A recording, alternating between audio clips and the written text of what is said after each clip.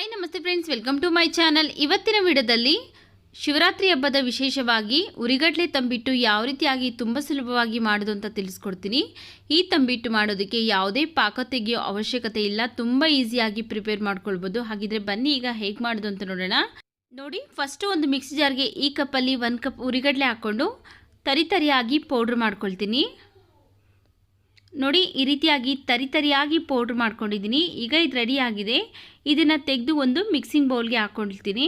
ನಂತರ ನಾವು ಯಾವ ಕಪ್ಪಲ್ಲಿ ಉರಿಗಡ್ಲೆ ತಗೊಂಡಿದ್ರಲ್ಲ ಅದೇ ಕಪ್ಪಲ್ಲೇ ಅರ್ಧ ಕಪ್ ಒಣಕೊಬ್ಬರಿನ ತುರಿದ್ಬಿಟ್ಟು ಹಾಕ್ಕೊಳ್ತಾ ಇದ್ದೀನಿ. ಈಗ ಇದನ್ನು ಸೈಡ್ಗೆ ಇಟ್ಕೊಂಡು ಸ್ಟವ್ ಮೇಲೆ ಒಂದು ಪ್ಯಾನ್ ಬಿಸಿಗಿಟ್ಟು ಸೇಮ್ ಕಪ್ಪಲ್ಲೇ ಅರ್ಧ ಕಪ್ ಕಡಲೆ ಬೀಜ ಹಾಕ್ಕೊಂಡು ಚೆನ್ನಾಗಿ ಫ್ರೈ ಮಾಡ್ಕೊಳ್ಬೇಕು.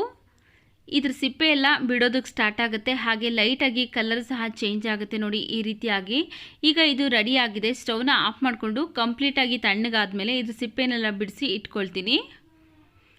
ಅದೇ ಪ್ಯಾನ್ ಮತ್ತೆ ಬಿಸಿಗಿಟ್ಟು ಒಂದು 2ರಿಂದ 3 ಸ್ಪೂನ್ ಆಗುವಷ್ಟು ಬಿಳಿ ಎಳ್ಳನ್ನು ಹಾಕ್ಕೊಂಡು ಹುರ್ಕೊಳ್ಬೇಕು. ಇದು ಸಹ ಲೈಟಾಗಿ ಕಲರ್ ಚೇಂಜ್ ಆಗುತ್ತೆ, ಆ ರೀತಿಯಾಗಿ ಫ್ರೈ ಮಾಡ್ಕೊಳ್ತಾ ಇದ್ದೀನಿ. ಬಿಳಿ ಎಳ್ಳು ಬದಲಾಗಿ ನಾವು ಕಪ್ಪು ಎಳ್ಳನ್ನು ಸಹ ಬಳಸ್ಕೊಳ್ಬೋದು.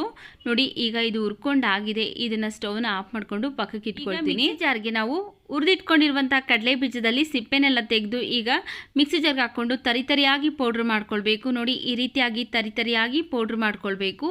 ಸ್ವಲ್ಪ ಕಡಲೆ ಬೀಜ ಹಾಗೇ ಇರಬೇಕು, ಅಷ್ಟು ತರಿಯಾಗಿ ಪೌಡ್ರ್ ಮಾಡಿಕೊಂಡ್ರೆ ಸಾಕಾಗುತ್ತೆ. ಈಗ ಇದನ್ನು ನಾವು ಮೊದಲೇ ಉರಿಗಡ್ಲೆನ ಹುರಿದು ಪೌಡ್ರ್ ಮಾಡ್ಕೊಂಡಿದ್ರಲ್ಲ ಅದಕ್ಕೆ ಸೇರಿಸ್ಕೊಳ್ತಾ ಇದ್ದೀನಿ. ಆ ನಂತರ ಹುರಿದಿಟ್ಕೊಂಡಿರುವಂತಹ ಬಿಳಿ ಎಳ್ಳನ್ನು ಈಗ ಇದಕ್ಕೆ ಸೇರಿಸ್ಕೊಳ್ತಾ ಇದ್ದೀನಿ. ಒಂದು ಅರ್ಧ ಸ್ಪೂನ್ ಆಗುವಷ್ಟು ಏಲಕ್ಕಿ ಪೌಡ್ರ್ ಹಾಕ್ಕೊಳ್ತಾ ಇದ್ದೀನಿ. ಏಲಕ್ಕಿ ಪೌಡ್ರ್ ಹಾಕೋದ್ರಿಂದ ಫ್ಲೇವರ್ ತುಂಬ ಚೆನ್ನಾಗಿರುತ್ತೆ. ಈಗ ಇವಿಷ್ಟನ್ನು ಒಂದ್ಸರಿ ನಾವು ಮಿಕ್ಸ್ ಮಾಡ್ಕೊಳ್ಬೇಕು. ನೋಡಿ, ಈ ರೀತಿಯಾಗಿ ಚೆನ್ನಾಗಿ ಒಂದ್ಸರಿ ಮಿಕ್ಸ್ ಮಾಡಿದ್ಮೇಲೆ ಇದನ್ನು ಸೈಡ್ಗೆ ಇಟ್ಕೊಂಡು ನಾವು ಬೆಲ್ಲನ ಕರಗಿಸ್ಕೊಳ್ಳೋಣ. ನೋಡಿ, ಒಂದು ಪಾತ್ರೆಗೆ ನಾನು ಯಾವ ಕಪ್ಪಲ್ಲಿ ಉರಿಗಡ್ಲೆ ತಗೊಂಡಿದ್ರಲ್ಲ ಅದೇ ಕಪ್ಪಲ್ಲಿ 3/4 ಕಪ್ ಬೆಲ್ಲ ಹಾಕ್ಕೊಂಡು ಈಗ ಒಂದು 2ರಿಂದ 3 ಸ್ಪೂನ್ ಆಗುವಷ್ಟು ನೀರನ್ನು ಹಾಕ್ಕೊಂಡು ಈಗ ಬೆಲ್ಲನ ಕರಗಿಸ್ಕೊಳ್ಬೇಕು ಅಷ್ಟೇ.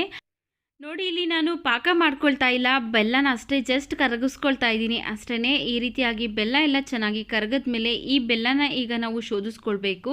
ಒಂದು ಬಟ್ಲಿಗೆ ಈ ಕರಗಿರುವಂಥ ಬೆಲ್ಲದ ನೀರನ್ನು ಹಾಕ್ಕೊಂಡು ಶೋಧಿಸ್ಕೊಳ್ತಾ ಇದ್ದೀನಿ. ಈಗ ಇದು ರೆಡಿ ಆಗಿದೆ. ಇದನ್ನು ನಾವು ಮೊದಲೇ ಪೌಡ್ರ್ ಮಾಡಿ ಇಟ್ಕೊಂಡಿದ್ರಲ್ಲ ಅದಕ್ಕೆ ಒಂದು ಸ್ವಲ್ಪನೇ ಹಾಕ್ಕೊಂಡು ಚೆನ್ನಾಗಿ ಮಿಕ್ಸ್ ಮಾಡ್ಕೊಳ್ಬೇಕು. ಒಂದೇ ಸರಿ ಹಾಕೋದಕ್ಕೆ ಹೋಗ್ಬೇಡಿ, ನೋಡಿಕೊಂಡು ಸ್ವಲ್ಪನೇ ಹಾಕ್ಕೊಂಡು ನಾವು ಚೆನ್ನಾಗಿ ಮಿಕ್ಸ್ ಮಾಡ್ಕೊಳ್ಬೇಕು. ಫಸ್ಟ್ ಟೈಮ್ ಮಾಡ್ತಾ ಇರೋರು ಸಹ ತುಂಬ ಈಸಿಯಾಗಿ ನಾವು ಶಿವರಾತ್ರಿ ಹಬ್ಬಕ್ಕೆ ಈ ಉರಿಗಡ್ಲೆ ತಂಬಿಟ್ಟನ್ನ ಪ್ರಿಪೇರ್ ಮಾಡ್ಕೊಳ್ಬೋದು.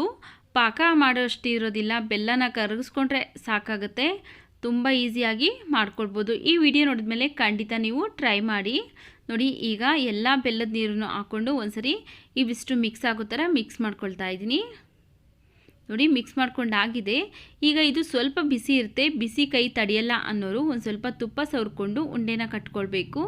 ನೋಡಿ, ಎಷ್ಟೊಂದು ಚೆನ್ನಾಗಿ ಉಂಡೆ ಬರ್ತಾ ಇದೆ, ಎಲ್ಲೂ ಸಹ ಕ್ರ್ಯಾಕ್ ಆಗ್ತಾ ಇಲ್ಲ. ಇದು ಬಿಸಿ ತಣ್ಣಗಾದ್ಮೇಲೆ ಸಹ ಇದೇ ರೀತಿಯಾಗಿ ಸಾಫ್ಟಾಗಿ ಇರುತ್ತೆ, ತುಂಬ ಗಟ್ಟಿನೂ ಆಗೋದಿಲ್ಲ. ನೀವು ಸಹ ಈ ವಿಡಿಯೋ ನೋಡಿದ ಮೇಲೆ ಖಂಡಿತವಾಗ್ಲೂ ಈ ಶಿವರಾತ್ರಿ ಹಬ್ಬಕ್ಕೆ ಟ್ರೈ ಮಾಡಿ. ಎಲ್ಲ ಉಂಡೆನೂ ಸಹ ನಾನು ಇದೇ ರೀತಿಯಾಗಿ ಕಟ್ಕೊಳ್ತೀನಿ. ನೋಡಿದ್ರಲ್ಲ ಎಷ್ಟು ಸುಲಭವಾಗಿ ಪಾಕ ತೆಗೆದೇನೆ ತುಂಬ ಈಸಿಯಾಗಿ ಶಿವರಾತ್ರಿ ಹಬ್ಬಕ್ಕೆ ಉರಿಗಡ್ಲೆ ತಂಬಿಟ್ಟು ಯಾವ ರೀತಿಯಾಗಿ ಮಾಡೋದು ಅಂತ.